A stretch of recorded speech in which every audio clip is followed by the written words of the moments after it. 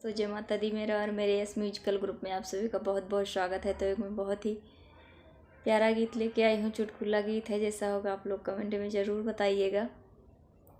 हम हूँ अपने राजा जी के बहुत दुलारी, अरे हम हूँ अपने सैया जी के बहुत दुलारी।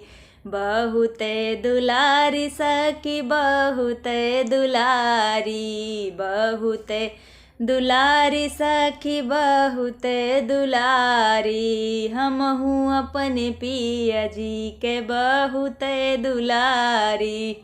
सासू कहाई बहू रोटिया बनाई दा, सासू कहाई बहू रोटिया बनाई दा।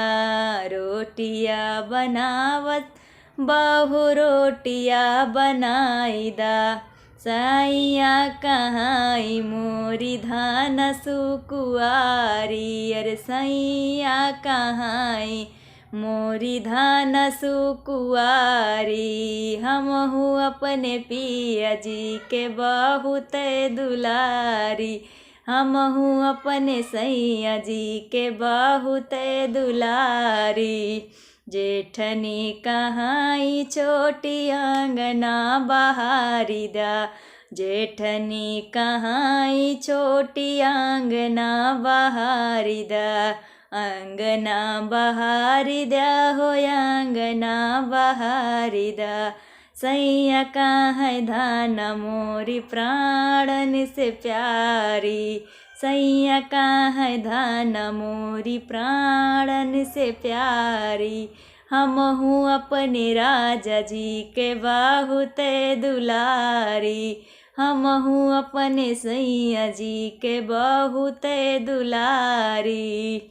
नदी कहाई भाभी पानिया भरलावो, नदी कहाई भाभी पानिया ले आवो, पानिया ले आवो भाभी पानिया ले आओ।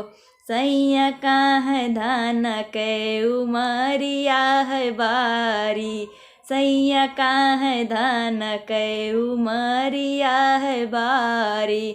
हम हूँ अपने राजा जी के बहुत दुलारी, हम हूँ अपने पिया जी के प्राणन से प्यारी।